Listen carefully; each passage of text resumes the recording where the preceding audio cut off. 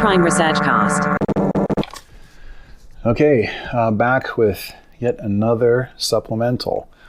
This one is a commentary on the podcast is called Check Your Bias, and I'm going to be checking them out soon. I was really impressed with the interview. However, Words and Numbers, okay, there's two hosts on Words and Numbers. One is named James Harrigan. Well, the Check Your Bias guys interviewed James on their podcast. However, Words and Numbers aired it, put it up as a bonus episode that you could check out and listen to. If you want to jump on, I'm not sure what number it is or anything if you go to the Check Your Bias feed, but if you go to Words and Numbers, just search for Check Your Bias Part 2. It's the second part of the interview. And they're interviewing James. James, I like him, man. He's an interesting guy. He's got his head screwed on tight. But I wanted to make a couple of points. At about 16 minutes, almost 16 minutes exactly, they start talking about how studies in science have been politicized. And this is one of my, hot button issues. This is one of the things that just frustrates the hell out of me.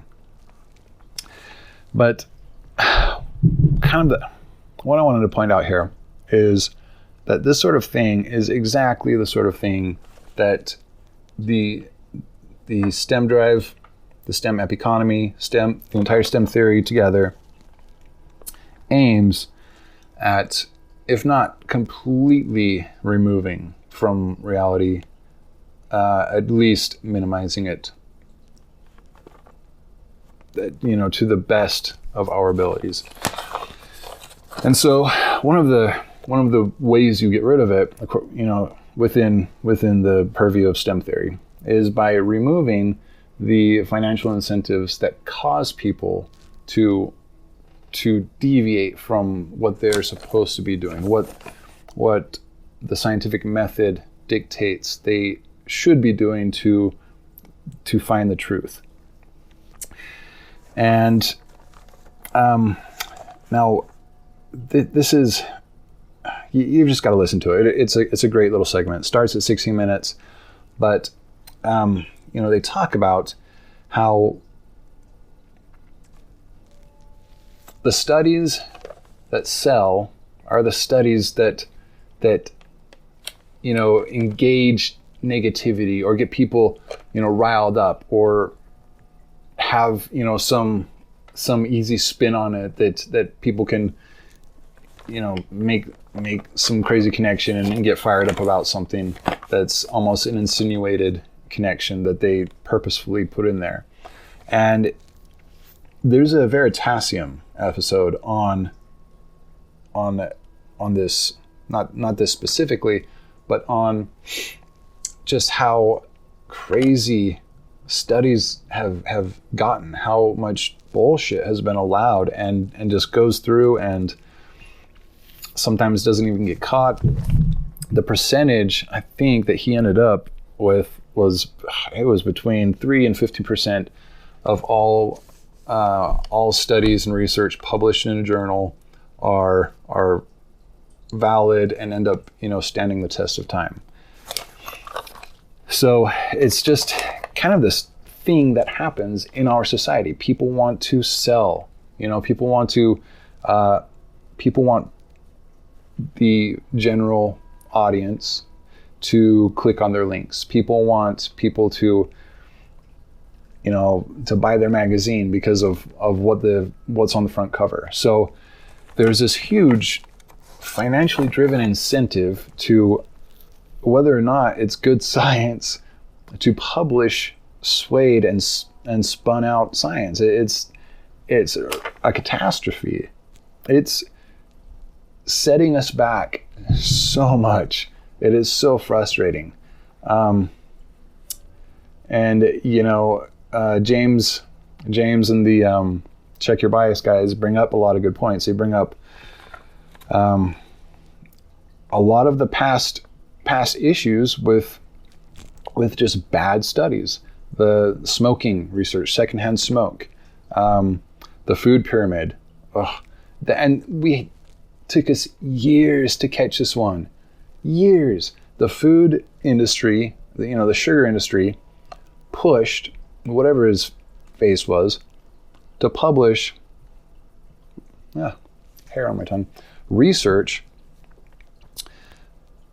saying that, to build the food pyramid, this is our health. And they make the point that all of a sudden Americans become super obese and super unhealthy, and all these cancers crop up all over the place.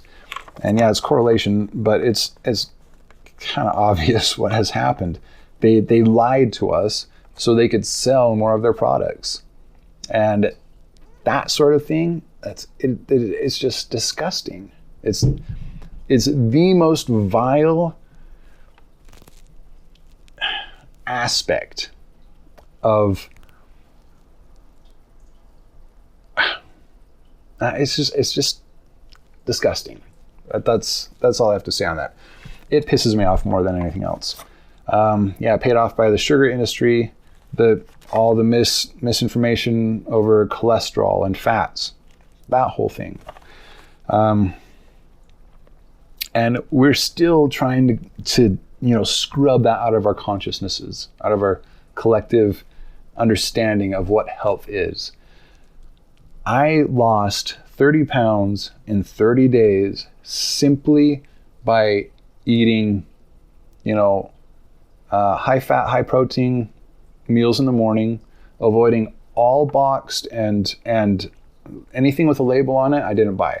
If it wasn't fresh, straight off of a tree or straight out of the ground, I didn't buy it. If it had an ingredients list, I didn't buy it.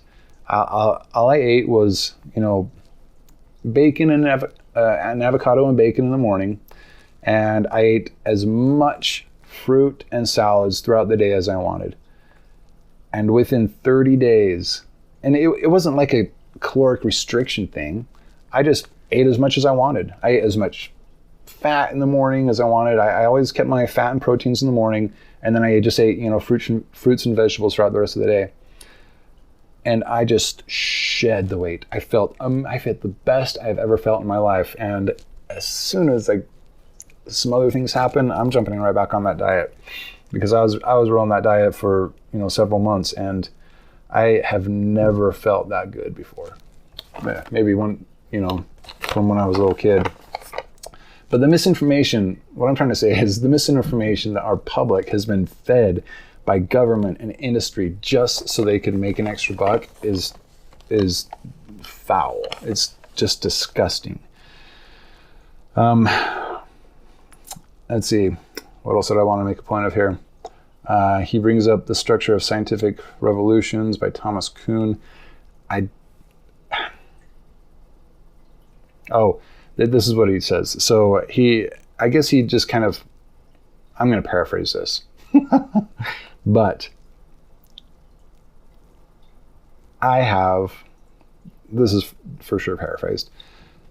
He kind of pulls this idea from the book, and so, man, this is like playing telephone. So I totally apologize. Maybe I should just look this up, but I'm not going to. Let's just wrap this up. We hammer the available facts into our worldviews. Only when our worldviews will no longer support a bunch of facts that will not fit do we ever change our minds, or something to that effect. A little frustrating, right? To hear something like that, but also has a scent of truth to it. Anyway, I really recommend checking out this specific portion of this episode. It fired me up, it frustrates me, but it is also one of the core, one of the main just kind of driving ideas behind the AI STEM drive. Because if we could get all science to be careful and meticulous and done well without any sort of financial, any sort of sway or manipulation because of financial interests or because of political persuasions or whatever the case is, whatever elements and forces, play into a bad science like that. If we could extract those and make sure that science is just pure, good, delicious, unadulterated science, our speed of advancement would dramatically increase. It would be ridiculous. If we have, let's see if we can find this really quick. Let's see. Veritasium, bad science. Is most published research wrong?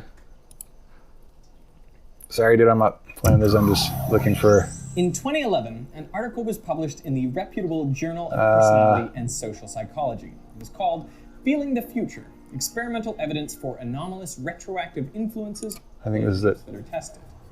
Now, what about replication? Isn't science meant to self-correct by having other scientists replicate the findings of an initial discovery?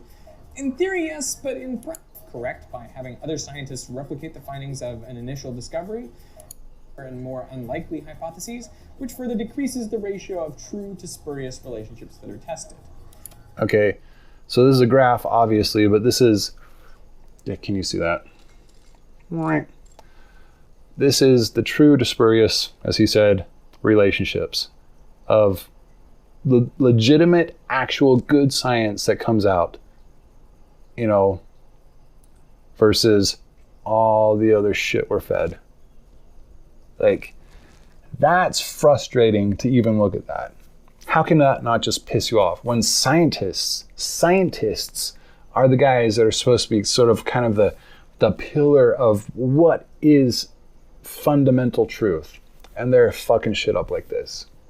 Ooh, so fucking assholes. Anyway,